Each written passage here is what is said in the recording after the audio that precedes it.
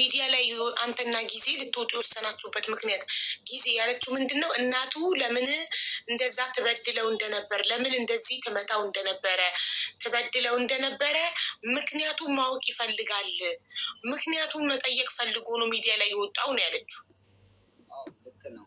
እኔም አንድም የፈለግኩበት ምክንያት አንድ እኔ እስካሁን ባለሁበት ሰዓት 17 ዓመት ሙሉ አንድ ማቀው እሱንም በትንሽ ጊዜ ውስጥ ማቀው በ5 ዓመት ውስጥ እሷን ነው ኤደንን ነው። እና አባቴ ኑረኝ አይኑረኝ በምን እንደተፈጠርኩ አላውቅም። እና በዛ መሀል ደግሞ ያለችው የአባቴ ያላት ትንሿ እህቴ ስለሆነ ቆይ አባቴ ማን ነው ምን ብዬ ምናምን ጠይቃት ነበረ። እሷም ጭራሽ ልትመልስብኝ አልቻለችም። ከፈለግከው አባተን ከፈለግከው ሂድና ቀጨኔ መድኃኔዓለም ቀብሩ ላይ የቀብሩን ስም እየፈለግ አባተን ፈልግ እና ሂድ ትለኝ ነበረ።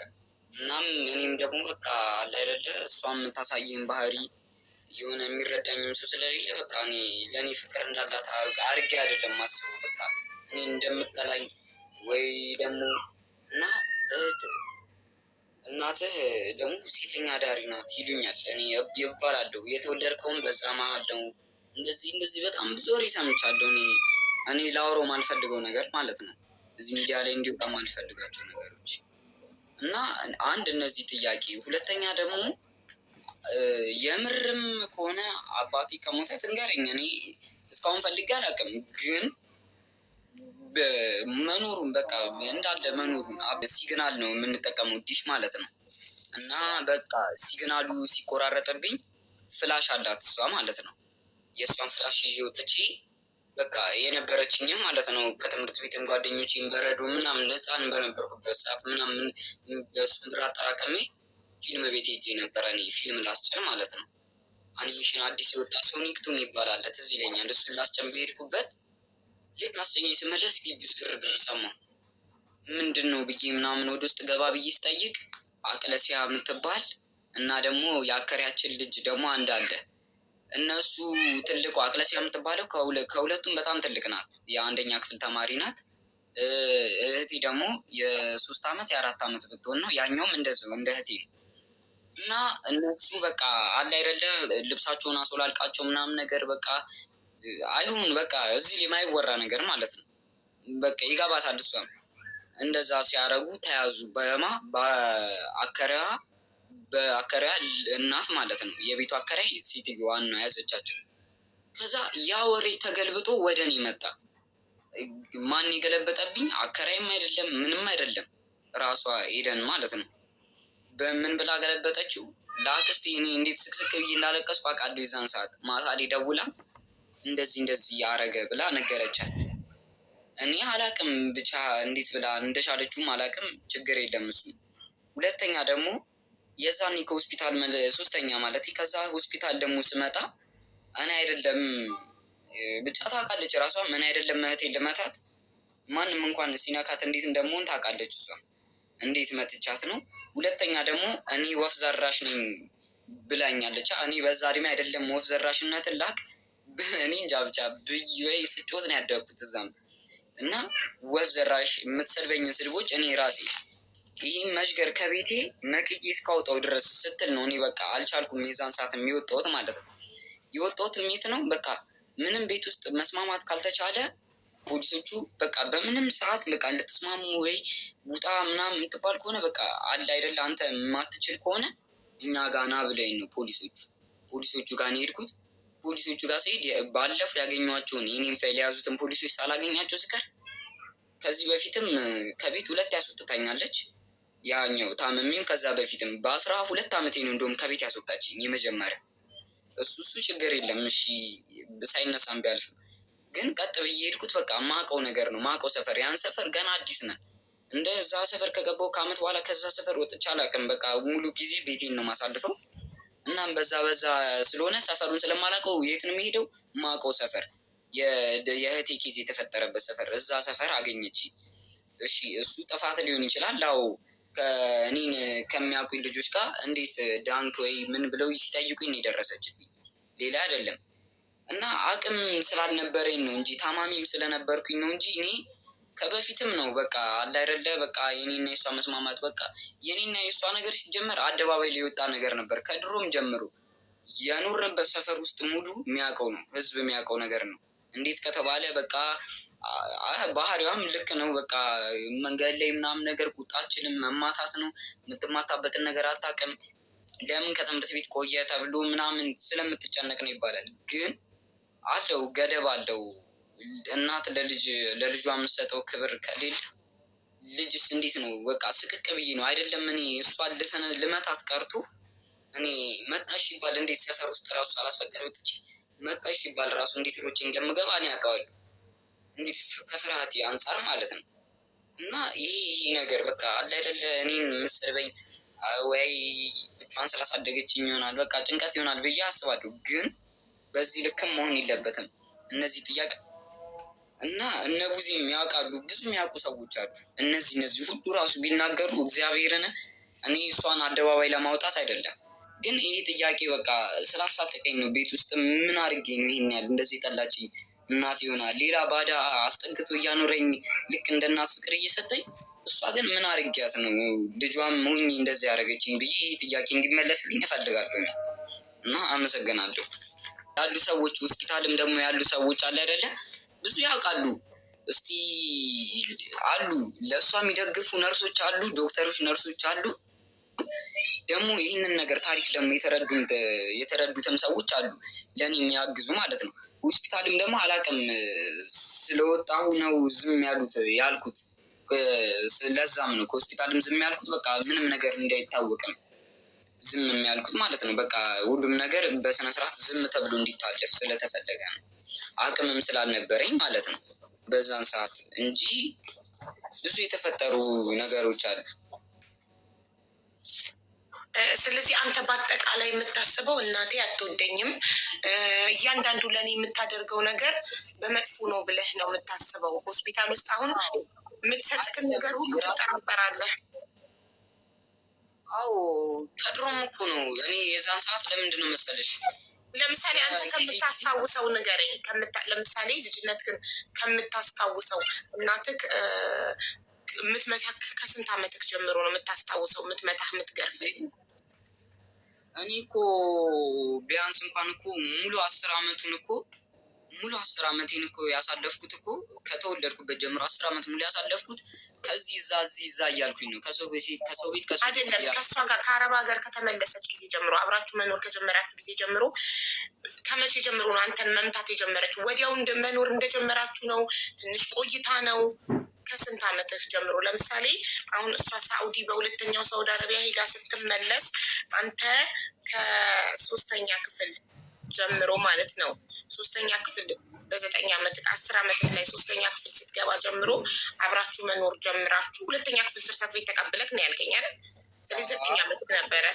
ከ9 ዓመትህ ጀምሮ እስከ 14 ዓመትህ ድረስ እስከ 13 ዓመትህ ድረስ አንድ ቤት ስትኖሩ ለ4 ዓመታት አንተን መምታት የጀመረችው ወዲያው አብራችሁ መኖር እንደጀመራችሁ ነው ወይስ ትንሽ ጊዜ በፍቅር ኖራችሁ ከዛም በኋላ ነው ቁጣው ዱላው ምኑ መምጣት የጀመረው? እንደዛ ሳይሆን የእሱ ጸብ የተጀመረው የትንሿ አባት ጠፋ ከተባለ በኋላ በቃ የዛን ሰዓት ላይ ነው። በቃ ልጅቷም ከኔ ጋር መሆን የጀመረችው ማለት ትንሿ 6 ወሯ ላይ ነው 7 ወሯ ላይ ነው አባቷ ጥሏት የጠፋው ሳይሆን በቃ ራሱን እንትን ለማለት ማለት ነው ለማረጋጋት ሩቅ በሄደበት ጊዜ ማለት ነው። በዛ ጊዜ ነው የትንሿ ልጅ አባት ቆይ የታናሽ እህትህ አባት አብሯችሁ ይኖር ነበር እንዴ? አይ መኖር ሳይሆን ለቫኬሽን መጥቶ ነበረ። የ6 ወሯ ላይ ምናምን ነገር ለቫኬሽን መጥቶ ነበረ እዚህ። እኮ ማለት እንደ ባልና ሚስት አብረው አይኖሩም ነበር አንድ ቤት? ጀስት ቦይ ፍሬንድ እና ገርል ፍሬንድ ነበሩ? አዎ እንደዛ ነበሩ እንጂ ባልና ሚስትስ አይደሉም። ኦኬ ስለዚህ ቤት ይመጣ ነበር። አንተ በአይነህ አይተኸው ታውቃለህ? አዎ ከአሜሪካ ሀገር ያረፈ ሰዓት እንዲሁም ወደዚህ የመጣ ሰዓት እኛ ቤት ነበረ ያሳለፈው 2 ወር ምናምን ነገር። እሺ ከዛም በኋላ ልክ እሱ ሲጠፋ የእሱ አድራሻ ሲጠፋ ነው እናትህ መበሳጨት እና ኃይለኛ መሆን መሳደብ መማታት አንተን የጀመረችው? በቃ እንደዛ በዛ ጊዜ ነው የተጀመረው ጸብ ምናምን ነገር። የዛኔ ስንት ዓመት ማለት ነው አባትየው ሲጠፋ? እህትህ ስንት ዓመቷ ነበር ማለት ነው? ያ ልጅቷ ናት። አሁን ስንት ዓመቷ ነው ህፃኗ ታናሽ እህትህ? አሁን በቃ ሚያዝያ 27 ላይ አሁን 7 ዓመቷን ትይዛለች። እሺ ሲጠፋ ስንት ዓመቷ ነበር? 1 ዓመቷ 2 ዓመቷ? የመታችኝም የምንጣለውም አንድ ሲጀመር በቃ ልጅቷን እሷም ጥላ ስለምትወጣ ጠብቅ በሚል ነበረ ጸቡ የተነሳው ማለት ነው። ልጅቷን ጠብቅ የዚህ ውጣ ትውጣ ምናምን፣ እኔም ለመውጣት ስል ምናምን እዛ ህፃን ስለነበሩ ጓደኞች ሲጠራኝ እና ደግሞ ሁሌም ይወጣሉ እንጂ ከቤት እሷም አረፍ አትቀመጥም ነበረ። ሁሌ በቃ የሁሌ ከኔ ጋር ናት ትንሿ እህቴ፣ በቃ እኔ እጅ ላይ ናት። ስለዚህ ጸብ የጀመረው ታናሽ እህትህን ጠብቅ ጥለሃት ከቤት አትውጣ በሚል ነው። አዎ ኦኬ እሺ። ስለዚህ ያኔ ጸብ የጀመረው ጠብቃት ስትባል 2 ዓመቷ ነው 3 ዓመቷ ነው ስንት ዓመቷ ነው? ህፃን ገና የአመት ያልሞላት ልጅ ነበረች፣ 8 ወር እንደዛ ነገር። ስለዚህ ያንተና የእናት ጸብ የጀመረው የዛሬ 6 ዓመት ማለት ነው። በቃ ሁሌ ነው ጥላት የምትወጣው ምናምን ነገር፣ ሁሌ ያዛት፣ በቃ ያዛት፣ ከኔ ጋር ናት ሁሌ ማለት ነው ልጅቷ። ኦኬ ስለዚህ ከዛሬ 6 ዓመት በፊት ላይክ አሁን ልጅቷ 7 ዓመት አሉናት ሊሆናት ነው። አሁን 6 ዓመቷ ነው ብንል ከዛሬ 5 ዓመት በፊት አንተና እናትህ ጸብ ስትጀምሩ ቁጣ ዱላ ምናምን ሲመጣ ተቀይራ ነው እንጂ ከዛም በፊት ሰላም ነበር ስትኖሩ የነበረው? ከእሷ ጋር አልነበርኩም። አሁን ያልተረዳዳ ነው እዚህ ጋር ነው። እኔና እሷ የቆየ ነው ጊዜ በቃ በስነስርዓት ቆየን የተባለው ልክ እሷ 2ኛ ጊዜ ከሳውዲ መጣች። ከዛ የልጅቷ ክርስትና ልጅቷ ተወለደች። ከዛ የልጅቷ ክርስትና ከተነሳ እንደመጣችሁ ነው ያረገዘችው? ከሳውዲ ነው አርግዛ የመጣችሁ? እንዴት ነው ወደ እዚህ እንደመጣች ነው። እዚህ ከመጣች በኋላ ነው እርጉዝ የነበረች። እስክታረግዝ ድረስ 1 ዓመት አለ ገባ ካለ። ስለዚህ አንድ ወር የምትወጡም በሰላም የኖራችሁባትን ጊዜ ማወቅ ፈልጌ ነው። ኖራችሁ ታውቃላችሁ ወይ በሰላም የሚለውን ለማወቅ ነው። ስለዚህ 1 ዓመት እርግዝና 1 ዓመት ነው። 1 ዓመት ሰላም ነበራችሁ? ልጅቷ ተወልዳ በክርስትናዋ ነው ነገር የጀመረ? ከክርስትና በኋላ ነው እኔ እሷ ጋር መኖር የጀመርኩት። ልክ ክርስትና የተከበረ ሰዓት ላይ እኔ ገባው እሷ ቤት በቃ በዛው ቀረው ማለት ነው እንጂ እነላጋ ነበር የምኖረው ከዛ በፊት። እሺ ከጀመርክ በኋላ ክርስትና ላይ አብራችሁ መኖር ከዛ መቼ ነው 1 ወር ሰላም ናችሁ? 2 ወር? ምን ያህል ጊዜ ነው ሰላም ኖረክ ከዛ ጸብ መምጣት የጀመረው? በቃ ልክ እዛ ገባው ባሏ ከሄደ በኋላ በቃ ቤቱ ረብሻ ነበር። በቃ ዝም ብሎ ጸብ። ስለዚህ ባልየው ሲጠፋ በአመቱ ከነበረ 1 ዓመት ነበር ሰላም የኖራችሁት? አመትም አልኖርም 2 ወር ነው በቃ መጣ እሱ ሄደ። በቃ ጸቡ እየከረረ መጣ። እሱም ባለበት ሰዓት እሱ ይወጣ ነበረ ጓደኞቹ ጋር ለማግኘት ምናምን ነገር ይወጣ ነበር በዛ። ስለዚህ የእሱ መጥፋት ንዴት ነው አንተ ላይ ስትወጣብክ የነበረው? እኔ አላቅም የምን ይሁን እኔ ግራ አይገባኝም። አንድ እሱ ነው ጸቢያም እየተቀየረ የመጣው ትንሿ ከተወለደች በኋላ ነው ምናምን ነገር እንጂ ከዛ በፊት እኮ ሰላም ነበረች እኮ። ለዛ ነው ከይ ሰላም ሆና መጣ ከሆነች ሴትዮ ሰላሟን የነሳት ነገር አለ ማለት ነው እኮ ስልሽ። አሁን ማውራትም በስልክ ነው። አላቃትም ነበር በስነስርዓት ፎቶ እየተላከልኝ ነበረ ያወኳት ራሱ በቃ መታ። እንደውም ራሷ ገርሟት ነበር ረስቻት ማለት ነው። መጀመሪያ ከአረብ ሀገር እንደመጣች ሰዓት ወደ 2ኛ ልትሄድ ስትል የመጣች ሰዓት በቃ አላወኳትም። ከትምህርት ቤት ስመጣ እሷን ሰላም በላት ብለኝ ሂጂ ሰላም ስል እንግዳ ነበር የመሰለችኝ። ግን የተነገረኝም እንደውም የዛን ሰዓት እናትህ ናት ተብዬ ነው። እና በጣም ብዙም አንተዋወቅም በስልክ ነበር የምናወራው እንጂ ሌላ እንደዚህም ተገናኝተን ቪዲዮ ኮል ራሱ አውርተን አናውቅም በስነስርዓት። ኦኬ አዎ እሺ። ከአረብ ሀገር ገንዘብ እየላከች ነበር የምታሳድግ ካደል? አዎ እኔ እንደዛ እንደሚባል አውቃለሁ። ትምህርት ቤት ታዲያ ባዳ ምንም ሳይከፈለው እኮ ሊያሳድግ ሰዎች ቅርታ ኢደር ሚውት አድርጊ። ያው ባዳ ምንም ሳይከፈለው ሊያሳድግ እነዛ ሰዎች አንዴ ልጨርስ ልጄ። እነዚህ ሰዎች አንተን ሲያሳድጉ የነበሩ ሰዎች ባዳ ናቸው። እግዜር ይስጣቸው፣ ጎረቤቶች ናቸው። ስለዚህ እቺ እናት አረብ ሀገር ሄዳ ገንዘብ እየላከችላቸው ነበር ሲያሳድጉ የነበረው። አዎ ግን ለእኔ ደግሞ ጸብ የሚነሳ ነበር ልክ እንደዛ በብር ማለት ነው። ሀቢባ ኤደን እባክሽ አንዴ እሱ ደግሞ ያወራ። ረጅም ሰዓት ሰተንሻል።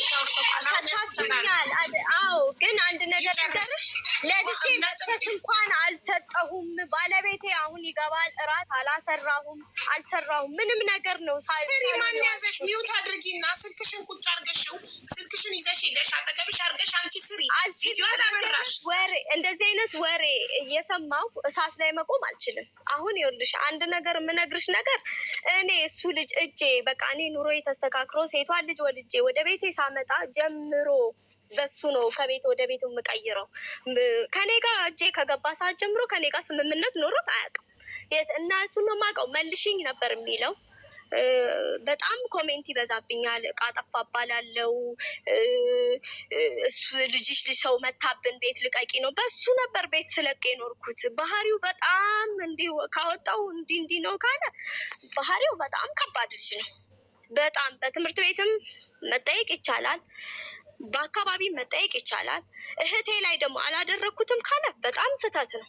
እኔ ልጄን በ3 ዓመቷ በተኮላተፈ ቃሏ በሰማሁት እኔ ነገር ከዛ በኋላ ከእሷ ሰምቼ ቀጥታ ህፃን ልጅቷንና እህቴን ያገናኘሁት። ምን እንዳረገች ንገሪ። ይሄን ስትሰሚ ወንድ ልጅ የሚውለው ፑል ቤት ነው፣ ከረምቡላ ቤት ነው። እቤት ፕሌይስቴሽን እያለ ፕሌይስቴሽን ቤት ነው የሚውለው። ሲቀጥል ደግሞ እቤት 3-4 አይነት በጣም በሚገርም ሁኔታ ተሰርቶለት ሆቴል ከሰፈር ልጆች ጋር ዞሮ ትርፍራፊ እያወጣ የሚበላ ልጅ ነው። ምንም ሳይጠፋ ምንም ሳላሳጣው ነው የምልሽ። በቃ በባህሪ ከባድ ልጅ ነው። ግን እናት ነኝ ችዬ ነው የኖርኩት። ማንም ያውቃል አይበል፣ የሚያውቀው እሱን ነው። ኧረ እባክህ ታዘርፋታለህ፣ ቤት ከፍተህባት አትሂድ ወይ ንገራት። የማትጠብቅ ከሆነ ቆልፋት ትሂድ። አከራይ እኮ የኔን ቤት ስትጠብቅ የምትውልበት በቀዳዳ ጊዜ አለ። አንዴ ከስራ ቶሎ ድረሺ ተብዬ ቴሌቪዥኑ ተነስቶ ከቦታው ተነስቶ ተፈቶ ተጀምሮ እኔ ስመጣ አምልጠዋል ሌቦች። ቡና ሰርቼ የማስቀምጠውን ፍላሽ ወስጄ ፊልም አስጭናለሁ ለሚለው እሱ እቤቱን አያውቀውም ነበር በጭራሽ። እቤት ተቀምጦ መቀመጥን አያውቅም። የትና የት ተፈልጎ ነው። አስወጥታኛለች ከቤት አስወጥታኝ። ተናደሽ ዞር በል በቃ በጣም ኃይለኛ ጥፋት አጥፍቶ ዞር በል አይኔ ዞር በል እኔ ካጠገቤ ትያለሽ ልጅሽን። እሱ ግን ያን ቃል ወዴት ነው የሚያደርገው? ወደ ጎዳና ነው። ከአንዴም 3 ጊዜ እኮ ፈልጌ አስገብቼ አሳድሬዋለሁ፣ አኑሬዋለሁ። 3 ጊዜ ማለት ነው። 3 ጊዜ።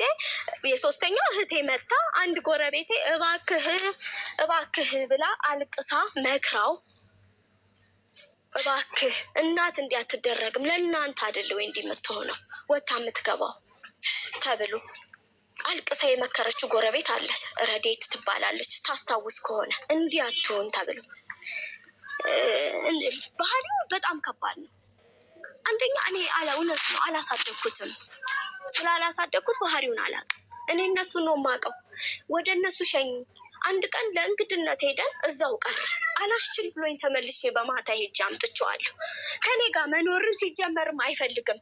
ይመጣል ይሄዳል፣ የሆነ ነገር እንደዛ ነበር የሚፈልገው።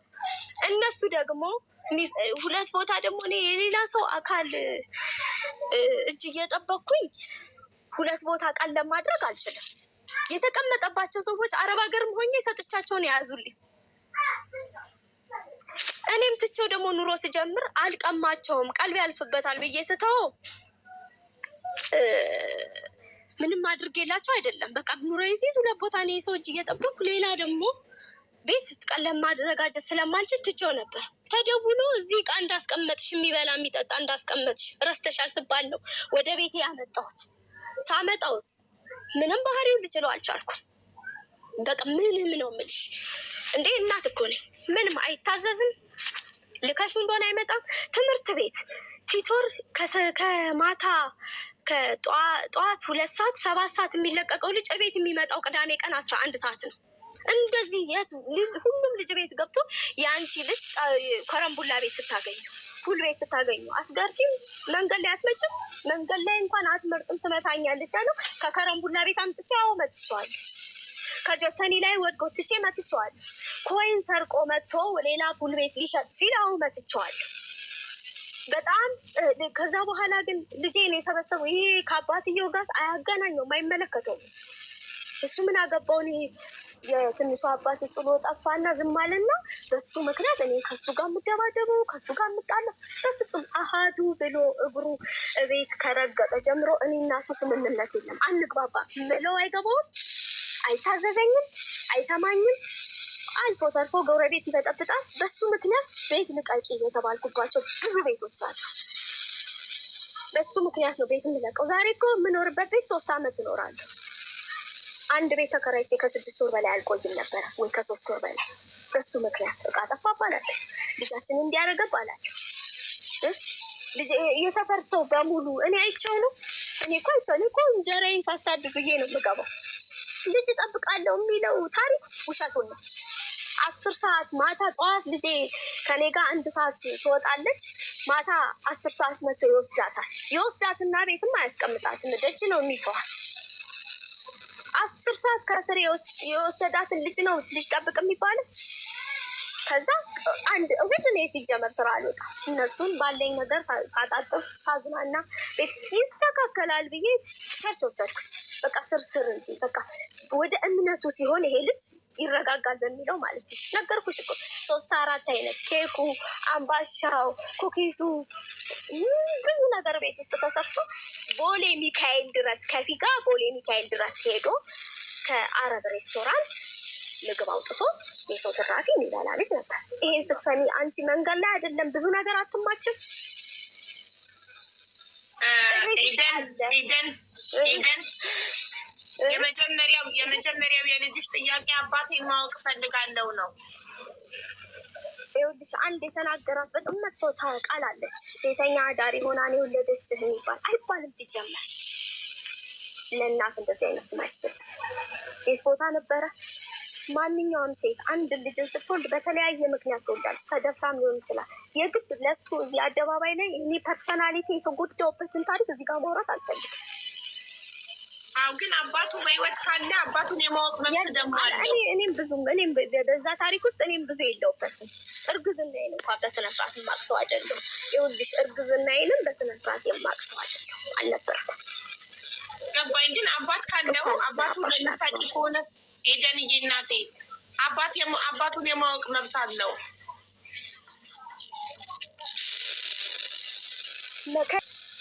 አትሊስት ፎቶ ካለሽ ፎቶ አሳዩና እናፋልገዋለን። አባቱ ምንም ነገር እኔም አላውቀውም አልኩሽ እኮ። እኔ ብዙ ላይፍ አሳልፌ የኖርኩ ብዙ ማለፍ በሴትነቴ ማለፍ የሌለበት ነገር አሳልፌ እዚህ የደረስኩ ልጅ እኮ ነው። ዛሬ እኮ አንቺ ካላወቅሽው በምን መንገድ አባቱን ሊያውቅ ይችላል? ይሄ ልጅ እንዴ መደፈር የለም በሰው ልጅ በማታውቂው አለ እኮ። ከሆነም ቁጭ አድርገሽ ልትነግሪው ይገባና እሱ በትክክለኛ መልስ ስላልሰጠሽው በእንደዚህ አይነት ኤደን እያዳምጪኝ አንዴ ለእኔ ምንድን ስጭኝማ።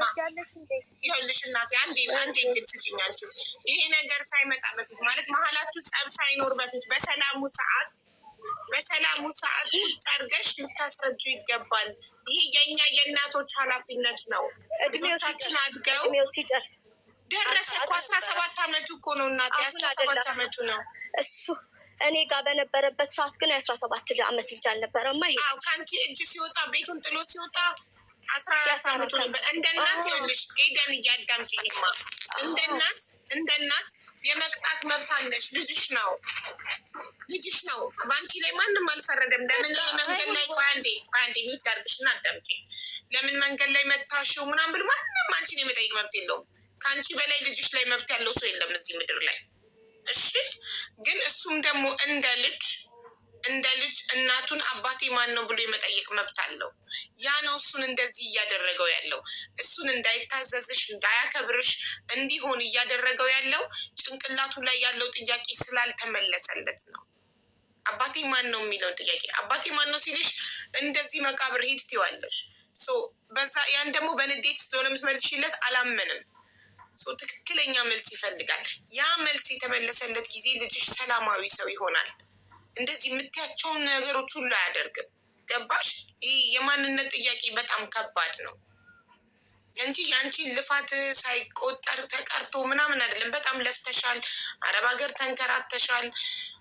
ብዙ ለፍተሽ ልጅሽን አሳድገሻል። ይሄ ደግሞ ግዴታችን ነው። እስከወለድናቸው ድረስ እኛ ልጆቻችንን የማሳደግ ግዴታ አለብን። እኛ አይደለም እንደ ወለድናቸው። እነሱ እኮ ውለዱን ብለውን አይደለም። እኛ ነን ፈልገን የወለድናቸው። ሳንፈልግም ልንወልድ እንችላለን። አንዲት ሴት ሳትፈልግም ተደፍራም ልትወልድ ትችላለች። ግን እሷ ተደፍራ መውለዷ የልጇ ጥፋት አይደለም እና እውነትን ተደፍረሽም ከሆነ ቀስ ብለሽ ልጅሽን ቁጭ ብለሽ ብታስረጁ። ወንድ ልጅ ለእናቱ ነው፣ ይረዳል። በጣም ይወድሻል። ልጅሽ ነው። ማንም ከሱ በላይ አንቺን ሊወድ አይችልም። ማንም ከአንቺ በላይ እሱን ሊወድ አይችልም። እመኝኝ። ይሄ ልጅ ቢሞት ከአንቺ በላይ ልቡ የሚሰበር ከአንቺ በላይ የሚያዝን ማንም የለም እዚህ ምድር ላይ። ከእናት የቀረበ ማንም የለም ለልጅ። አሁን ጉርምስና ነው፣ 17 ዓመቱ ነው። ሲጎረምስ ልጅ ሊያፈነግጥ ይችላል። እና እኛም ያው እንደ ዘመኑ ልጆች እንደመሆናቸው መጠን በጸባይ ይዘን እንጂ እንደ ድሮ ልጅ እየገረፍን እየቀጠቀጥን አይሆንም። በእኛ ጊዜ መቀጥቀጥ አለፈ በቃ። የዛሬ ልጅ አይነካም። ይኸው ሲመታ እንደዚህ ፖሊስ ጣቢያ ይሄድና እናቱን ይከሳል። ዘመኑ ነው እና ከዘመኑ እኩል መራመድ አለብን። በድሮ አስተዳደግ ልጆቻችንን ዛሬ ልናሳድግ አንችልም እንጂ እንደ እናት እኮ አንቺ እንደ ድሮ እናት ትክክል ነሽ። ልጅሽም መግረፍሽም መቅጣትሽም አሁን ሚዩትሽም ማብራትና መቀጠል ትችያለሽ። እኔ የምልሽ አንዲት ሴት ልጅ ከቤተሰብ ወይም ምንም ሳይኖራት ከወጣች ብዙ አደጋ ይደርስባታል። ሴት ልጅ ጥለዋ ከለሏ ቤተሰብ ነው አይደል? እኔ ደግሞ በወቅቱ ከቤተሰብ ጋር ኑሮ አይመቸኝም። እናት አይደለም ያሳደገች ወላጅና ስለዚህ ትቼ ወጣሁ። ጥቃት ደረሰብኝ። ይሄ ልጅ ተፈጠረ። ይሄ ልጅ ተፈጥሮ ግን እስከ 6 ወር ድረስ እርግዝናዬን ማላቅ ሰው ነበርኩኝ። በኋላ ግን እዛች መካከል ላይ አብሮኝ ያሳለፈ ሰው አሁን በስሙ የሚጠራው መስፍን የሚባለው ሰው ስለነበረ አለማወቅ ልጁ ሲወለድ በሱ ስም አስጠራሁት። መሀል ላይ በመጣ ሰው ማለት ነው። እኔ ግን በሚያስጠላ ሁኔታ ውስጥ ነው ይሄን ልጅ የወለድኩት። በሚያስጠላ ማሰብም የደረሰብኝን ነገር ደግሞ ወደኋላ ማሰብም ምንም አልፈልግም። እኔ ብዙ ነገር ብዙ ጉዳቶች አሳልፌ ያደግኩ ሰው ነኝ። አሁንም በልጄ እየተጎዳሁ ነው። የጎዳኝ እንደዚህ አደባባይ ላይ እያሰጣ በቃ እሱን እኮ ይሄ አባቴ ነው ይሄ እንዲህ ነው ብዬ አንድ ቀን ቀጨኔ መድኃኒዓለም ብዬዋለሁ። እንደው ልጅነቱን ለምን ያሳጥራል ይሄ ልጅ? የእናት አዘን መጥፎ ነው። ቀጨኔ መድኃኒዓለም እኔ ብዬ ሂድና ፈልግ ቆፍረህ ምን ማለት ነው? እኔ እናቴ ናት ቀጨኔ የተቀበረችው፣ አባቴ ነው ቀጨኔ የተቀበረው። የኔ የወላጆቼ የእሱን አባት በምንድን ነው እኔ እንዲህ ልል የምችለው?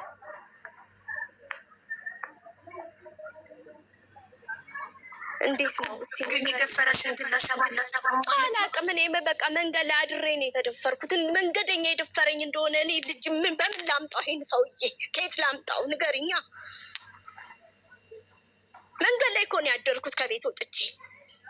እዛ መሀል እኮ ነው ይሄ ልጅ። ይሄም ሰው ነው በስሙ የሚጠራ ሰው ነው። ቤትም ተከራይቶ ቀና ቀና አድርጎ ያኖረኝ። ከዛ ልጅ ወደ አንተ ነው ሲባል እንደማያውቅ እንዳልሆነ እንደማይሆን ስለሚያውቅ ሸሸ ሰውየው።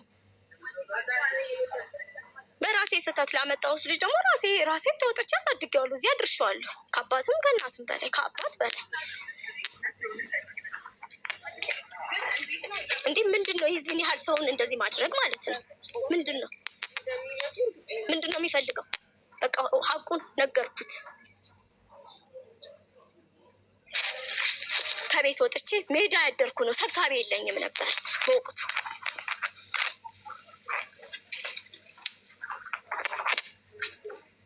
ምን ይፈልጋል ከዚህ በላይ ስለኔ? በቃ ስለኔ ከዚህ በላይ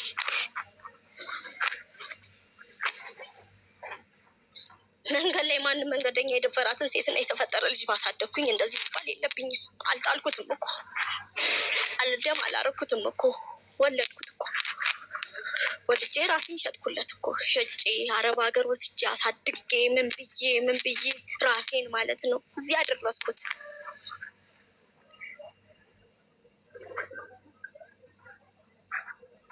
በቃ እኔ እንዴት ነው ይሄ የኔና እሷ ታሪክ አደባባይ ያወቀው ነው። ማንም ያውቀዋል በሚያደርገው። ከትምህርት ቤትም እንደው የሆስፒታሉ የታመመበት ጊዜ ነው እንጂ እሱን እንዲማር አድርጎት ተፈትኖ እንዲያልፍ ያደረጉት።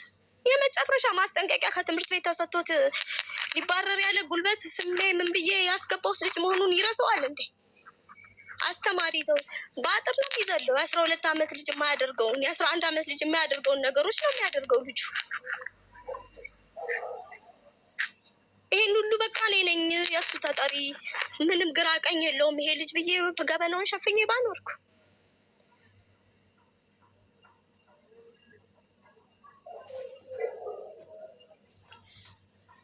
በቃ ይሄ ነው። ከዚህ በላይ ምንም አይደለም። እሺ ግን አሁን እንድትታረቁ ነው እኛ የምንፈልገው። እህቱን ላደረገው ነገር በትክክል አድርጓል። ታረቁ ነው እኛ የምንፈልገው። በቃ አሁን ለይቅርታው እኔ ገና ያሳሰረኝ ቀን ከእስር ቤት የወጣው ቀን ለእድገቱ ለእሱ ስል ይቅር ብየዋለሁ በሰማይም በምድር።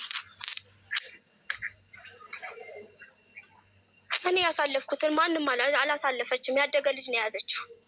እሷ ረጂ አላት። የሴቷ ልጅ አክስት ገነት የምትባል ሴት በደንብ አድርጋ ልብስ አልብሳ ቀለብ ሰታት ነው የምታኖረው። በነፃ እያኖረችው አይደለም እንዳይመስልሽ። አረብ ሀገርም ሲሄድ የያዙልኝ ሰዎች ገንዘብ እየላኩላቸው ነው የያዙልኝ። አሁንም እሷ ጋር ሆኖ የሚረዳው ሰው ሌላ ሰው አለ። ይሄ ሁሉ ዙሪያ ጥምጥም እኔ ገንዘብ ብፈልግ የሴቷ ልጅ ቤተሰቦች እኔም በገንዘብ ይደር ልጅቷን ስጭን ይሄን ያህል ገንዘብ 20 ሺህ ብር እንስጥሽ 10 ሺህ ብር እንስጥሽ እኛ እናሳድ በወር ለአንቺ 20 ሺህ ብር እየሰጠን ልጅቷ እኛ ጋር ትደግ።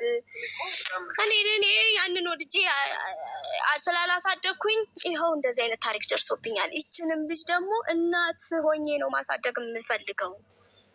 ስለዚህ እኔ ልጄን አልሰጥም። ገንዘብ ይቅርብኝ ብዬ እኮ ድህነቴን ልጄን መርጬ የተቀመጥኩ ሰው ነኝ።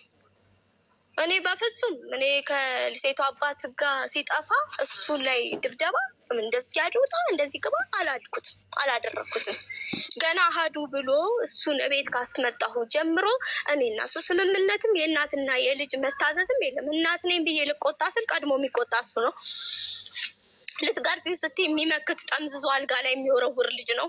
ኃይሉን የሚጠቀም ልጅ ነው። በነገርሽ ላይ እዛ ሰፈር ደግሞ ልጃችሁን ደውላ እንደዚህ እኔ ከማንም ላወራ አልችልም፣ አልፈልግም ማውራትም። እዛ ሰፈር ውስጥ ደውዬ ልጃችሁን ይደፍርባች እስቲ ያልኳቸው ሰዎች ይምጡ ያናግሩኝ። ይደፍርባችኋል ልጃችሁን እንደዚህ ያደርጋችኋል። እኔ አረብ ሀገር ሆኜ እኮ ተደውሎ የጎረቤት ልጅ ሊያበላሽ ሲል ተደርሶበታል ተብያለሁ እኮ ያኔ 8 ዓመት ነው 9 ዓመቱ ላይ እንኳን ነው የምልሽ። በቃ እድገቱ ትክክል አይደለም። የኖረበት እድገት ያለፈበት እድገት ጥሩ አይደለም። ያ ደግሞ እኔ ነኝ ተጠያቂ። ቢቀርብኝ አረብ ሀገሩና እዚሁ እንደለመድኩት ሆኜ ባሳድገው ኖሮ እንደዚህ አይነት ልጅ አይወጣውም ነበር። ትክክለኛ ልጅ ይሆን ነበር።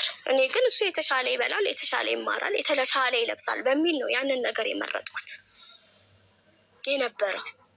ግን አንድ ነገር ሲስተካከል አንድ ነገር እንደሚሰበር አወቅኩ አሁን።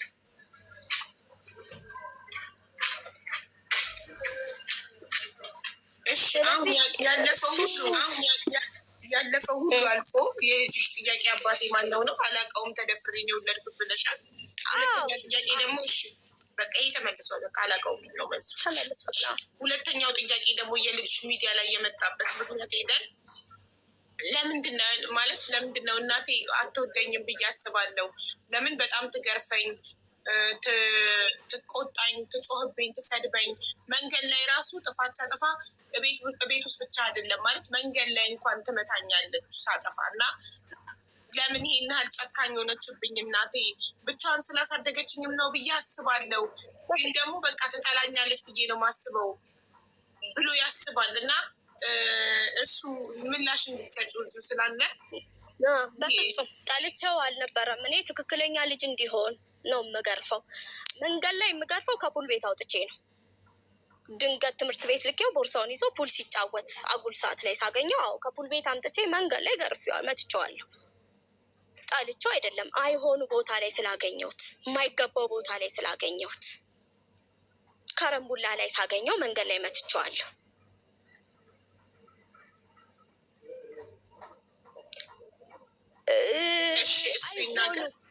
ይናገራ። እሺ እናመሰግናለን።